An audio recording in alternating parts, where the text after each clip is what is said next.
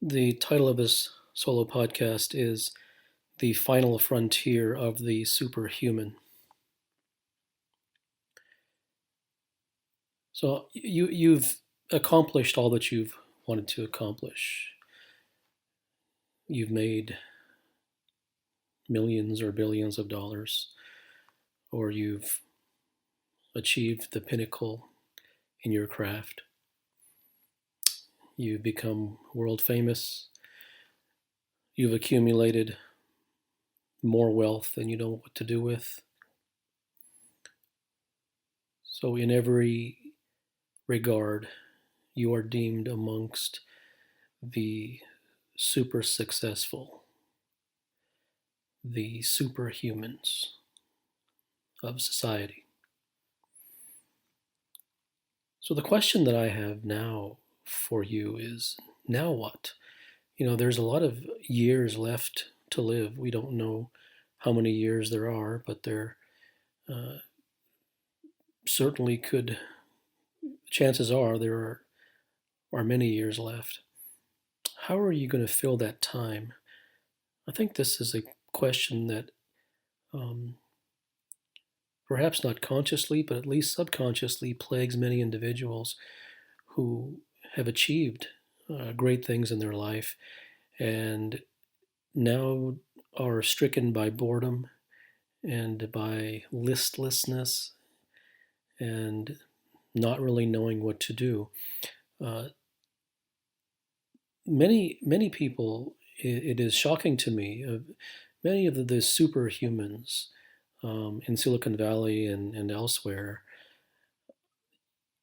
when they were when they were creating their own craft, when they were making their own art, they did everything their own way. And when they achieved what they wanted to achieve, or at least mostly what they wanted to achieve, uh, they then delved into this thing called spirituality and in self optimization and self development and self improvement.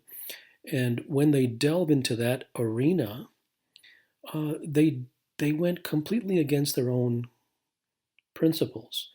They went against their own grain. Um, Whereas in their craft, they didn't listen to anybody. They did things according to what their instincts told them.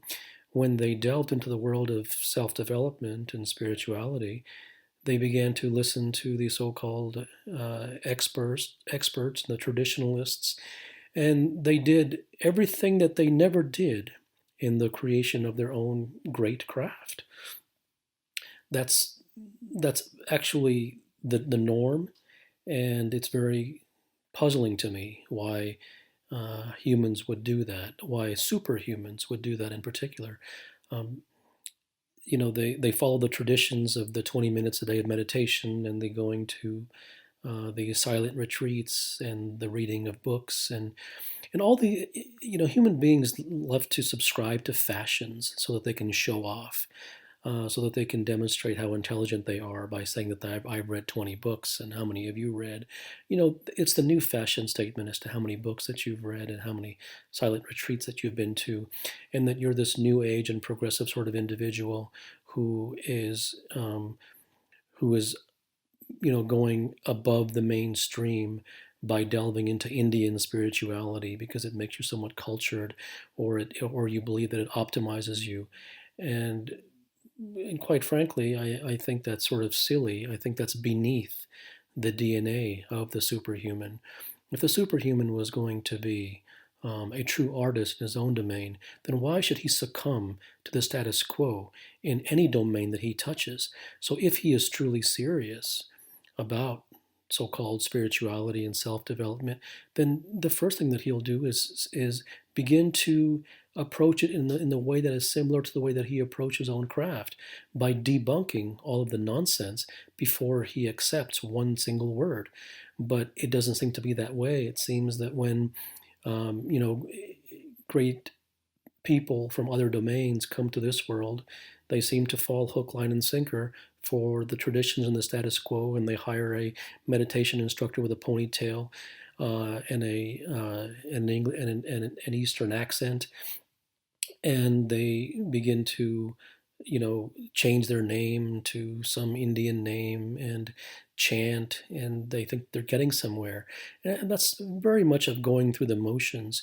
If you truly want to get somewhere, if you want to become serious, then let's talk. Let's talk about that right now.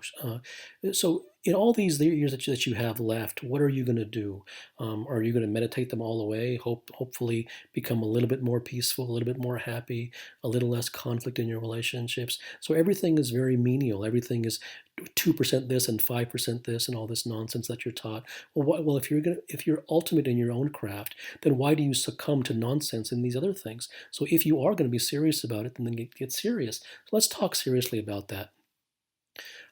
Ask any of your meditation instructors if they can turn off their thought at will. Ask them that. I didn't say if they can meditate. I didn't say if they can practice mindfulness and all this silly nonsense, drivel. I say, can you turn off your thoughts at will? Can you switch off your mind when you want to turn it off? Do you have the ability to say to your mind, you can now speak and now you must stay quiet, and your mind listens to you? When emotion gets to you, are you able to understand that that emotion has nothing whatsoever to do with you? Not intellectually, but viscerally, organically, naturally. Has that arisen within you? Have you cultivated the understanding that the things that you read in books actually you can discover by reading yourself, by going deep inside yourself, and that you can know anything and everything because all of nature's secrets are embedded within you, rather than reading 400 pages of something that can be said in a paragraph and a half, and yet so that you can go to cocktail parties and brag about how you've read 15 books this year. It's all social posturing. That's all this is. If you're serious, then get serious. Don't find a meditation instructor. Find out what exactly it is that you want. Find out what exactly is the outer limits of possibility for you. Then you're actually getting somewhere. And you're not getting somewhere so that you can say that you got somewhere. It actually changes the complexion of your entire life experience. The mind is a complete illusion. It creates nothing but illusion, and all of one's reality is created by this mind.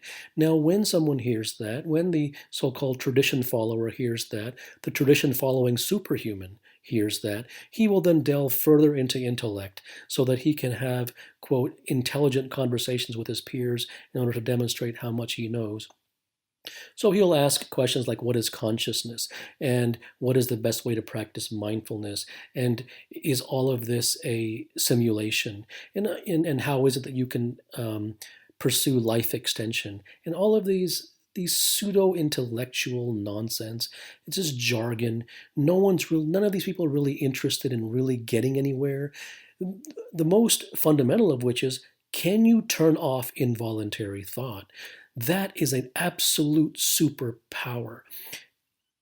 And it isn't just to have the superpower, it is that when involuntary thought is turned off, one arrives at the truth.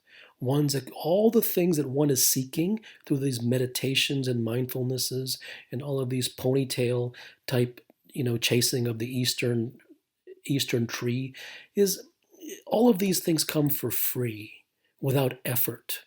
If one is truly sincere, if one truly wants to get somewhere, as opposed to wear the shiny, the orange robe and to light the incense and all of the fashion trends of the quote spiritual world. If you're truly serious, you actually have the DNA as a superhuman to then turn that DNA in this direction so that you can cultivate and discover what the truths really are the same way that you discovered them in your own profession, which is why you became legendary in your own profession. So why would you acquiesce?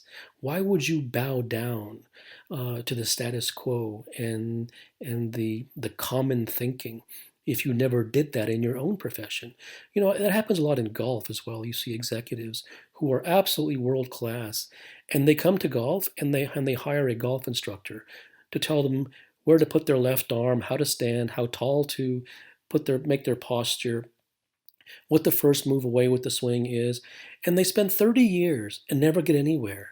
And I've always been fascinated that you're the person who went against everything in your own domain, and yet you come and you fall for the traditions and the culture when you were a complete anti-culturalist in your own profession, which is why you became great. Why do you think it's any different in anything else? Every culture is smitten and saturated by trivial ideas, regurgitated concepts, and nonsense. It is not based upon truth. So, if you're going to study as a superhuman, if you're going to delve into the world of so called spirituality, then pursue it from the standpoint of mind. Discover what it is that you really want. Discover what it is, where it is that you want to arrive, not what you want to practice, so that you can show off and demonstrate how much you practice.